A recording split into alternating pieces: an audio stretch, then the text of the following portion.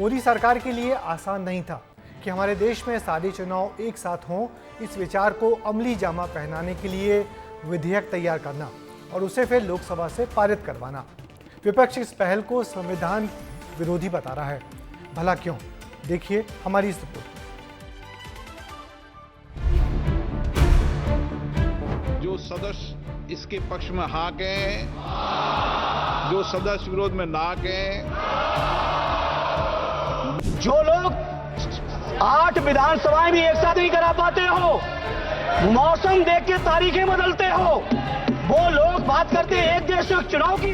This bill will finish off regional parties. This bill is only brought in to massage the ego of the supreme leader. हम इस विधेयक का कड़ा विरोध करते हैं। ये बहस एक देश एक चुनाव को लेकर हो रही है। विपक्ष इस बिल का जमकर विरोध कर रहा है। 17 दिसंबर संसद के शीतकालीन सत्र का 17वां दिन था। सदन में केंद्रीय कानून मंत्री अर्जुन राम मेघवाल ने एक देश एक चुनाव के लिए 129वां संशोधन बिल पेश किया। क्योंकि नया संसद भवन है तो पहली बार लोकसभा में इलेक्ट्रॉनिक डिवीजन से वोट डाले गए। शुरू में 220 वोट ही पड़े, फिर पर्ची से भी वोट लिए गए और तब जाकर 269 वोटों का समर्थन मिला। बीजेपी और केंद्रीय मंत्रिमंडल में उसकी सहयोगी पार्टियों ने एक देश एक चुनाव का जमकर समर्थन किया, तो वहीं कांग्रेस, समाजवादी पार्टी, आम आदमी पार्टी सहित आरजेडी और टीएमसी जैसे तमाम राजनीतिक दलों ने इसका विरोध किया। इसके बाद एक देश एक चुनाव के विधेयक को विचार विमर्श के लिए जेपीसी को भेजने का प्रस्ताव भी दिया।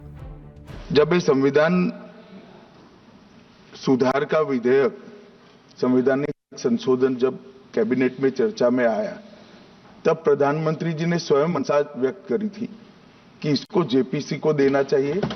इस पर विस्तृत चर्चा सभी स्तर पर होनी चाहिए। कैबिनेट इसको पारित करेगी तब भी फिर से चर्चा होनी है। दरअसल केंद्र सरकार लंबे समय से ये दावा करती आ रही है कि वन नेशन वन इलेक्शन चुनाव सुधार की दिशा में एक बड़ा कदम है। अगर देश में एक साथ चुनाव होंगे तो इससे चुनावी खर्च में कमी आएगी और विकास कार्यों में तेजी आएगी। साथ ही साथ सरकारी कर्मचारियों को बार बार चुनावी ड्यूटी पर नहीं लगना पड़ेगा। तो वहीं इसके उलट विपक्षी दल का दावा है कि ये बिल संविधान के संघीय ढांचे के खिलाफ है। चुनाव आयोग को और ये ताकत देना चाहते हैं। वो चुनाव आयोग जो यही नहीं बता पाता कि वोटर लिस्ट की संख्या कैसे बढ़ गई। इस बिल के आने से लोगों का क्या भला हो रहा है? हाँ, मन धड़ंग अपने बिल पास करके डाइवर्जनरी टैक्टिक्स हैं। और चर्चा होने की जरूरत है। हमारी तो मांग रहेगी कि जेपीसी सरकार ने करे और चर्चा हो, और जो भी निर्णय हो वो सारों से चर्चा करके हो। कोई सरकार अल्पमत में लाके आप अपनी सरकार बनाने की जो आपकी कोशिश रहती है भारतीय जनता पार्टी की, हर जगह खरीद फरोख्त करके, वॉशिंग मशीन का इस्तेमाल करके, पैसों का इस्तेमाल करके, वो देश भर में बढ़ जाएगा। वन नेशन वन इलेक्शन की मांग पहली बार नहीं उठ रही है। साल 2014 में मोदी सरकार बनते ही देश में एक साथ चुनाव करने पर बहस शुरू हो गई थी और आजादी से पहले लोकसभा और विधानसभा के चुनाव भी एक साथ ही हुआ करते थे। लेकिन कई विधानसभाएं और लोकसभा समय से पहले भंग हुई और इसी वजह से एक साथ चुनाव की परंपरा टूट गई। लेकिन अब केंद्र सरकार उसी पुरानी परंपरा को दोबारा जीवित करना चाहती है। अगर कांग्रेस कहता है कि ये अनकॉन्स्टिट्यूशनल है, तो देश जब आज़ादी मिली तो वन नेशन वन इलेक्शन से ही शुरू किया।